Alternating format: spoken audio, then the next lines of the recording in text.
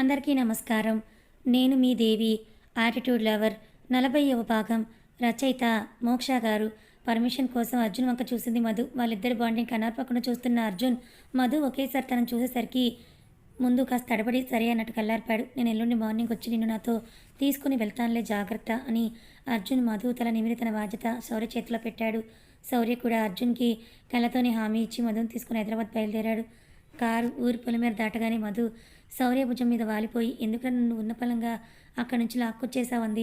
చెప్పాను కదా పనుందని అన్నాడు శౌర్య. అదే ఏం పని? అసలే విసుగులో ఉన్న మధు శౌర్య సమాధానాన్ని ఇంకా విసుగు పుట్టిస్తూ ఉంటే పళ్ళు నూరుతూ అడిగింది. యాక్చువల్లీ పని కాదు, హెల్ప్ చేయాలి. డాడీతో మాట్లాడి నాకు ఆర్తికి పెళ్లి ఫిక్స్ చేయాలన్నాడు. నీకేమైనా షుగర్ వచ్చిందా శౌర్య? ఇప్పుడు నీ పెళ్ళికి అంత కంగారు ఏమొచ్చిందిరా అని చదువుకుంటున్నావు కదా ఇంకా అని అంది మధు. షుగర్ నాకు కాదే, ఆర్తి వాళ్ళ నాన్నకి వచ్చిందంట. చావు బతుకుల మీదున్న వాళ్ళ నాన్నమ్మ చనిపోయే లోపు తన పెళ్లి చేయాలని పట్టుబట్టుకొని కూర్చున్నాడు అంట అని అన్నాడు శౌర్య. దీనికే ఇంత టెన్షన్ పడిపోవాలా నువ్వు? మన ఇంట్లో ఇలాంటి నిర్ణయాలలో డెసిషన్ ఎప్పుడు మనకే కదా వదిలేస్తారు. ఇంకేంటి భయం అంది మధు. అలా అంటావేంటక్క? చిన్నప్పటి నుంచి నా డెసిషన్ ఎప్పుడు నువ్వే డాడీకి చెప్పేదానివి కదా గోముగా అడిగాడు శౌర్య అతని నోటి నుంచి. అక్క అన్న పదం విన్న మధుకి నవ్వొచ్చిన పైకి కనపడకుండా దీనికి మాత్రం నేనే కావాలి, కానీ నువ్వు ఆర్తిని ఎప్పటి నుంచో లవ్ చేస్తున్నా ఒక్కసారే నా మాట చెప్పావా? నేను మాత్రం పిచ్చిదానిలా అర్జున్ నన్ను ప్రేమిస్తున్న విషయం చెప్తే నువ్వు వెళ్ళి అర్జున్కి మధు అంటుంటే ఆపేయ్ అని శౌర్య కళ్ళు ఎర్రచేసి ఎప్పుడో జరిగిన దానికి ఇప్పుడు ఎందుకు లాగుతావు? రేపు ఎలాగో పెద్దదిన చిన్నదనితో కలిసిపోయినట్టు ఆర్తితో కూడా కలవాల్సింది నువ్వే కదా. ఒక మంచి రోజు చూసి నువ్వే డాడీతో మాట్లాడి ఈ విషయంలో ఇంకొక మాట మాట్లాడితే నా మీద ఒట్టే అని మధు నోరు మూయించేశాడు శౌర్య. పోరా ఈడియట్ అని శౌర్య భుజం మీద గిల్లి దీనికోసం అక్కడి నుంచి ఇక్కడికి వచ్చావా అంది. అందుకేం కాదు, నన్ను అర్జున్ రమ్మంటే వచ్చానన్నాడు. అర్జున ఆయన రమ్మనవేంటి? నమ్మలేనట్టుగా అడిగింది మధు. నా పాత మధు నాకు కావాలి అని అర్జున్ నాకు కాల్ చేసి చెప్తేను మా బావగారి మాట కాదనలేక నీకోసమే వచ్చేశాను అని అన్నాడు శౌర్య. సిగ్గుపడింది మధు ఆ మాటకి. కంట్లో నీళ్లు కూడా తిరిగాయి. రేర్ వ్యూ మిర్రర్ నుంచి మధుని చూసిన శౌర్య కూడా చిన్నగా నవ్వుకొని నా పెళ్ళి కూడా అయిపోతే మన పాత రోజులు ఎప్పుడొస్తాయో ఏమో, మళ్ళీ బావగారు హైదరాబాద్ వచ్చేలోపు మన ఇష్టం వచ్చినట్టు ఎంజాయ్ చేసేద్దాం మధు. ఈసారి మన రిషి అన్నయ్య కూడా భయపడే పనే లేదన్నాడు. ఇంట్రెస్ట్ లేదురా అని మొహం వేలాడేసుకుంది మధు. వెళ్తే అదే వస్తుంది, అయినా ఆలోచించు మధు, మళ్ళీ మనం కావాలనుకున్న రావు ఆ రోజులు అన్నాడు శౌర్య బలవంతం మీద. సరే అంది మధు. సాయంత్రానికి హైదరాబాద్ చేరుకున్నారు ఇద్దరు. డిన్నర్ చేసేసి చేతుతో శౌర్యతో కబుర్లు చెప్తూ మధు కూర్చుంటే వాళ్ళ పక్కనే కూర్చొని భోజనం చేస్తోంది రోజీ. ఇంతలో పైనుంచి బాబు ఏడుపు విని రోజీ తినేది లేచెళ్తుంటే నువ్వు తిను నేను చూస్తానులే అని అంటూ చైతు బాబు కోసం వెళ్తుంటే మధు రోజీ చెవిలో రుసరుసగా అన్నయ్యకి నిజం తెలిసిపోయిందా అని అడిగింది మధు. రోజీ కళ్ళలతోనే అవును అని చెప్పి ఆయనకి దా మీద ఎటువంటి కోపం లేదంట అని అంది రోజీ. చిన్నగా నవ్వుకున్న మధు బాబుని తీసుకొని చైతు రావడం చూసి మధు శౌర్య వైపుకు తిరిగి అతనితో కబుర్లు చెప్తూ ఉంటే నువ్వు మధు బాగా లేట్ అయింది కదా వెళ్ళి పడుకో అని అన్నాడు చైతు. మధు శౌర్య వంక చూసింది. ఆ చూపులో ఉన్న అర్థం శౌర్యతో రేపైనా మాట్లాడొచ్చు, వెళ్ళి పడుకో అని అన్నాడు. సరే గుడ్ నైట్ అని వెళ్ళి పడుకుంది మధు కూడా. జర్నీ చేసి అలసిపోవడంతో త్వరగానే నిద్రలోకి జారుకుంది మధు. మధ్యరాత్రి మంచి నిద్రలో మధుకి మధు అని చిన్నగా వినిపించిన స్వరం మగతగా కలు తెరిచిన మధు చీకట్లో మసకగా కనిపించిన రూపాన్ని చూసి అరవబోతే ఉష్ అని మధు నోటిపై చేయి వేశాడు. కంగారుగా లైట్ ఆన్ చేసిన మధు ఎదురుగా ఉన్న శౌర్యం చూసి నువ్వా, ఎంత భయం వేస్తుందో తెలుసా, అయినా ఏంటి ఈ టైంలో అంది.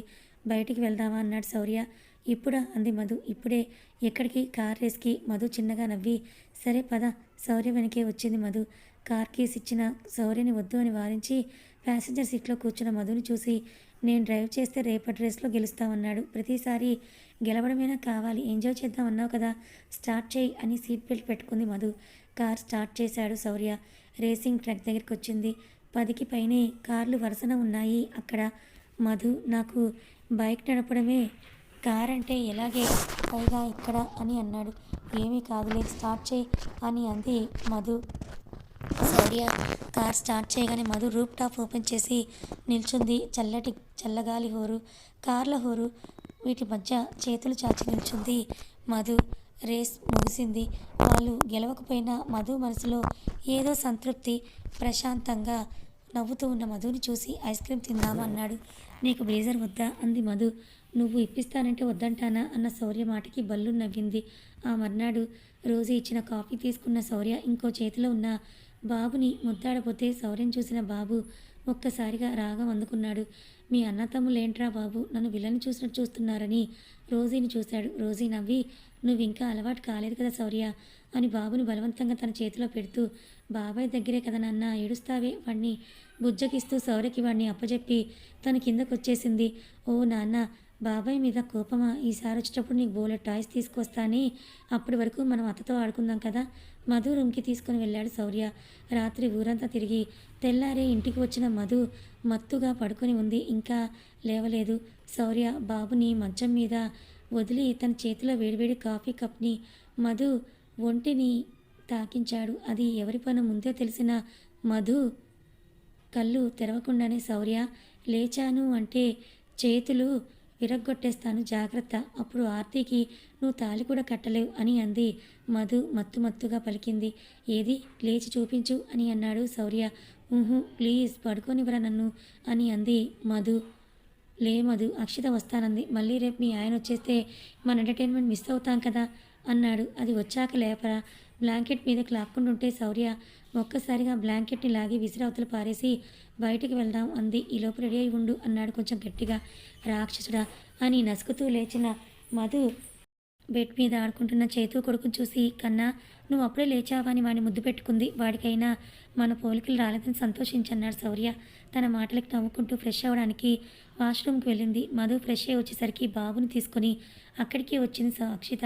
చాన్నాళ్ళ తర్వాత శౌర్యం చూడడంతో శౌర్య ఎలా ఉన్నావు అని తనని పలకరించింది. బాగానే ఉన్నానే, బీపీ షుగర్ వస్తే నీ హాస్పిటల్కే వస్తానులే వెటకారంగా అన్నాడు శౌర్య. బీపీ షుగర్ మాటేమో కానీ వెటకారమే కొంచెం ఎక్కువైంది అంది అక్షిత. మరి దానికి ఏమైనా ట్రీట్మెంట్ ఉందా అంది మధు. ఎందుకు లేదు, బాగా కాల్చిన అట్లకాడ పూటకు ఒకసారి చొప్పున రోజుకి 3 సార్లు అలా నెల రోజులు వీపు మీద వాత పెడితే మొత్తం దిగిపోతుంది అని అంది అక్షిత. అయితే ఆ ట్రీట్మెంట్ ఏదో ఆర్తికి చెప్తానులే అని అంది. ఆర్తి ఎవరు అక్షిత అడిగింది. మనోడికి. మధు ఆ సెంటెన్స్ పూర్తి చేసేలోపు శౌర్య మధు నోరు మూసి మెట్లకేసి చూపించాడు. కిందకు దిగుతున్న గోపీనాథ్ గారిని చూసి ఇంకేంటి విశేషాలు, గణేష్ని తీసుకురాలేదే మధు దగ్గర మాట మార్చేసింది మధు అక్షిత దగ్గర. శౌర్య ఇది bachelors trip, husbands and wives not allowed అన్నాడు. అందుకే వద్దన్నాను అంది. ఆఫీస్కి రెడీ అయ్యి వచ్చిన చేతు అక్షితను చూసి నవ్వి రా టిఫిన్ చేద్దు అన్నాడు. లేదు నేను చేసే వచ్చాను. అక్షిత చెప్పినా వినకుండా తన చేత మళ్ళీ టిఫిన్ తినిపించారు. తిన్నాక పెద్దగా తేనుపు తీసి మార్నింగ్ ఇంత ఆయిల్ ఫుడ్ నేను అస్సలు తినలేను, ఈరోజు నా డైట్ మొత్తం చెడగొట్టేశారు ఇద్దరు అంది. బ్రతికి బాగా ఉన్నప్పుడే అన్నీ తినాలి, ఎంత జాగ్రత్త తీసుకున్నా అందరం ఎప్పటికైనా వెళ్లాల్సిన వాళ్ళమే కదా అంది మధు. అయినా పుల్లలా ఉన్నావు, నీకు డైటింగ్ ఎందుకే? మధుని చూసి డ్రమ్ములా ఉన్నా ఏమాత్రం భయం జంకు లేకుండా కావాల్సినవన్నీ తీరుస్తుంది అన్నాడు శౌర్య. మధు పళ్ళు పటపటలాడించి కొట్టడానికి చెయ్యి ఎత్తగానే మధుకి దొరకకుండా పారిపోయాడు శౌర్య. ఇద్దరు కూడా ఇల్లంతా కలిగి తిరిగి అలసిపోయి సోఫాలో కూలబడగానే చైతు వాళ్ళ బాబుతో ఆడుకుంటూ ఉన్న అక్షిత కొడుకు చైతుని చూసి కిలకిలా నవ్వాడు. హో నా బంగారం. శౌర్య వాడిని ఎత్తుకొని వాళ్ళిద్దరూ కంటే నువ్వే మంచోడివి, నా కూతురు పుడితే దాన్ని నీకే ఇచ్చి పెళ్లి చేస్తానే బాబుని ముద్దాడొక్కసారి మావయ్యానమ్మ అన్నాడు. అది చూసి అక్షిత నవ్వి వాడు ఇప్పుడిప్పుడే మాటలు నేర్చుకుంటున్నాడురా, అంత కష్టమైన పదాలు మాట్లాడలేడంది. లేదు అంటాడు చూడు మామ అనమ్మ అన్నాడు. సరే శౌర్య, వాడిని మావయ్య అంటే నీ మెడలో ఆ గోల్డ్ చైన్ వాడి మెడలో వేయాలంది. కన్నా మామ అను అని బాబుకి చెప్పింది మధు. వాడు తలని పైకి కింద కాడిచ్చి మామ అన్నాడు. కంగు తిన్నాడు శౌర్య. బల్లు నవ్వారు అక్షిత మధు. చైన్ తీ శౌర్య అంది మధు. నువ్వాగు, వాడేదో చిన్నపిల్లాడు, మనం మాట్లాడేది రిపీట్ చేస్తుంటే నువ్వు కూడా ఏంటే అన్నాడు. అచ్చా అవునా, అయితే వాడి చేత మమ్మీ అనిపించు అంది అక్షిత. మమ్మీ అన్నానా బాబుని అడిగాడు శౌర్య. మరో ఆలోచన లేకుండా తనని అడ్డంగా ఊపాడు బాబు. మధు నవ్వు ఆపుకుంటూ కన్నా ఇంకొకసారి మామ అను అంది. ఈసారి ఇందాకటికంటే స్పష్టంగా మామ అన్నాడు. ఏది చైన్ ఇవ్వు అంది మధు. శౌర్య చిన్నగా నవ్వుకుని తన మెడలో చైన్ బాబు మెడలో వేశాడు. శౌర్య ఏంటి అది? ఏదో సరదా కంటే కోపడిన అక్షితని శౌర్య వారించి నాకు నువ్వొకటి మధు ఒకట అని అంటూ తన చైన్ బాబు మెడలో వేశాడు. ఆ రోజంతా ముగ్గురు చిన్నపిల్లల్లా అప్పుడే రెక్కలొచ్చిన పక్షుల్లా మొత్తం తిరిగేశారు.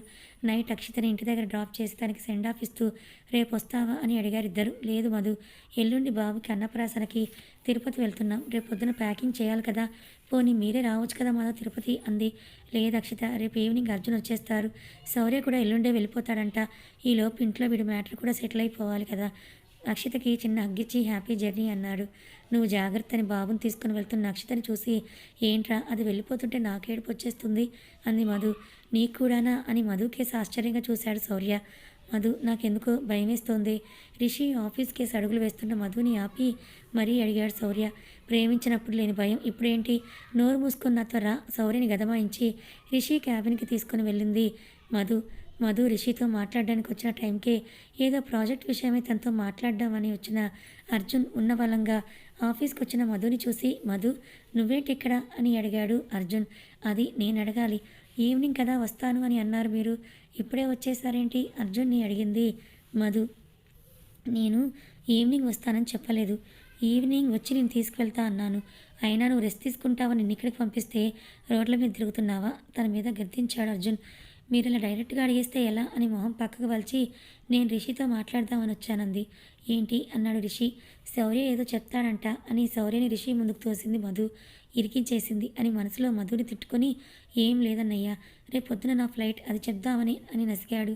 నీ ఫ్లైట్ టికెట్ బుక్ చేయించింది నేనే కదా, ఆ చెప్పేదేదో డైరెక్ట్గా చెప్పు అన్నాడు వర్క్ టెన్షన్ మొత్తం శౌర్య మీద కుమ్మరిస్తూ. మధు సేవ్ మీ తన వంక చూస్తూ చిన్నగా ఆమె చెవిలో బ్రతిమాలాడు శౌర్య. నాకప్పుడు అర్జున్ని దూరం చేయాలని చూసావు కదా, ఇది రివెంజ్ అనుకో అని వాళ్ళ మూగ సైగలు అర్థం కానట్టుగా చూస్తున్న రిషికి అర్జున్కి ఒక వెర్రి నవ్వు పడేసింది మధు. టైం చూసి ఆడుకుంటోంది రాక్షసి అని పళ్ళు నూరుకొని అన్నయ్య నాంచుతున్న శౌర్యం చూటిగా చూశాడు రిషి. ఆ చూపుకే శౌర్య మాట తడబడి అతని ముందు ఆర్తి విషయం బయట పెట్టలేక వెళ్తూ దారిలో నిన్ను కలిసి వెళ్దామని వచ్చాను, ఉంటానన్నయ్య అని వెనక్కి తిరుగుతుంటే మరి ఆర్తి సంగతి ఏం చేశావు అన్న రిషి మాటకి చప్పున వెనక్కి తిరిగాడు శౌర్య. ఎప్పుడు వెళ్ళిందో తెలియదు కానీ అంతలోనే రిషి పక్కకు చేరి కళ్ళతోనే టీస్ చేస్తున్నాం మధుని చూసి. అంటే సంబంధం ఖాయం చేసుకుని వచ్చేసారా అన్నాడు. ఈడియట్, పెళ్ళికంతగా ఆగలేకపోతున్నావా? పుష్టిగా ఉన్న వాళ్ళ నానమ్మ చావు బ్రతుకుల మధ్య కొట్టుమిట్టాడుతుందని చెప్తావా? ఈ విషయం ఆర్తికి తెలిసిపోయింది, నీకుంది పో అంది మధు. రిషి పంచన చేరి శౌర్య స్టడీస్ అయ్యి సెటిల్ అయ్యేంత వరకు తనకి పెళ్లి చేసే ప్రసక్తి లేదని అన్నయ్య మీ మామయ్యతో మాట్లాడేశారంట. సో ఈ 1 ఇయర్ వేరే వ్యాపకం లేకుండా బుద్ధిగా చదువుకో అంది మధు. అంటే అది తల వంచుకొని బుర్రగొక్కుండా శౌర్యని చూసి పిచ్చి పిచ్చి వేషాలు వేయకుండా బుద్ధిగా చదువుకో ఈడియట్ అని కసిరాడు రిషి. శౌర్య గుర్రుగా మధుని చూశాడు. కోపంగా మధుకేసి అడుగులు వేసి ఆమె చేతిలో పేపర్ ముక్క ఒకటి పెట్టి వచ్చేస్తుంటే ఏంట్రా ఇది అని అక్కడి నుంచే అరిచి అడిగింది మధు. నిన్న రాత్రి నువ్వు తిన్న ఐస్ క్రీమ్ బిల్ అని గట్టిగా అరిచాడు శౌర్య. కంగుతింది మధు.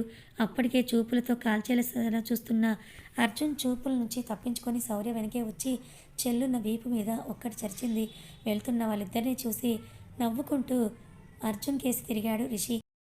ఇంకా అలాగే మాడిపోయిన ఆమ్లెట్ ఫేస్తో ఉన్న అర్జున్ని చూసి మొహం పక్కకి తిప్పేస్తుంటే నీ దగ్గర ఉంటే కొంచెం మధు మూడ్ మారుతుందని పంపిస్తే తనని అలా గాలికి వదిలేస్తావన్నాడు అర్జున్. అది నీ దగ్గరికి వచ్చాక ఫుడ్ విషయంలో ఎంత కంట్రోల్ అయిపోయిందో తెలుసా అన్నాడు రిషి. నా వరకు అది 20% కూడా కాదు అని రిషి చేతిలో ఫైల్ పెట్టి బయటకు వచ్చేశాడు అర్జున్. ఆ మర్నాడు అక్షిత త్వరగా రా అని బయట నుంచి గణేష్ పిలుపుకి వస్తున్నాను గణేష్ అని బాబు కోసం వెళ్ళిన అక్షిత తన మొబైల్లో అనుకోకుండా ఓపెన్ అయిన మధు ఫోటోనే తదేకంగా చూస్తూ వాళ్ళ అమ్మకి సైగ చేస్తున్న వాడిని చూసి ఇప్పుడు కూడా నీకు మధునే కావాలారా, నేను వద్దా అంటూ వాడిని ఎత్తుకుని ముద్దాడింది అక్షిత. గణేష్ కంగారు పడుతున్నాడు. త్వరగా రామ్మ అని అక్షిత వాళ్ళ అమ్మ పిలిచేసరికి బాబుని తీసుకుని బయటకు వచ్చింది అక్షిత. బాబుకి అన్నం ముట్టించడానికి వెండి గిన్నె వేసావు కదా అని అడిగారు వాళ్ళమ్మ. అన్నీ వేశానమ్మా, మళ్ళీ నువ్వు చెప్పిన లిస్టు 1కి 2 సార్లు చెక్ చేశాను కూడా అని అంది కారెక్కుతూ అక్షిత. స్టార్ట్ అయ్యిందంటారా? అప్పుడే అక్షిత దగ్గర నుంచి ఫోన్ రావడంతో ఆ వచ్చిన మెసేజ్ సారాంశం శౌర్యకి చెప్పింది మధు. నేను స్టార్ట్ అవ్వాలి, పెద్దమ్మ పచ్చళ్ళు అవి ప్యాక్ చేసి ఇస్తాను అంది. అవి కూడా తీసుకొని నేను ఇంకా బయలుదేరుతాను అని అన్నాడు శౌర్య. ఆ మాటకి అది వినగానే మధు మొహం వాడిపోవడం చూస్తానని సైడ్ హక్ చేసుకొని నువ్వు బావగారు హనీమూన్కి ఎక్కడికి వెళ్ళలేదు కదా, ఒకసారి వీలు చూసుకొని రావచ్చు కదా అన్నాడు. చూద్దాంలే అంటూ ముక్తసరిగా సమాధానం ఇచ్చింది మధు. చూద్దాం కాదు, తప్పకుండా రావాలి అని అన్నాడు శౌర్య. ఆ మాటకి అలాగే లేరా, ఇప్పుడే బావకి కాల్ చేసి అడుగుతానుండు అంటున్నాడు. మొబైల్ తీసిన శౌర్యకి ఇంతలో వేరే కాల్ వచ్చింది. అన్నోన్ నెంబర్ నుంచి వచ్చిన కాల్ని అనుమానంగా రిసీవ్ చేసుకున్న శౌర్య అవతల వాళ్ళు చెప్పింది వినగానే కాళ్ళ కింద భూమి కంపించినట్టే చేతిలో ఉన్న మొబైల్ని జారవిడ్చాడు. కథ కొనసాగుతుంది. మరి శౌర్యకొచ్చిన ఆ మొబైల్ యొక్క సారాంశం ఏంటి? మరి అక్షిత బాబు మధు దగ్గర ఉంటున్నాడంటే దాని అర్థం ఏమై ఉంటుందంటారు? గెస్ చేస్తే కమెంట్ చేయండి. కథ నచ్చితే లైక్ చేయండి. Thank you so much.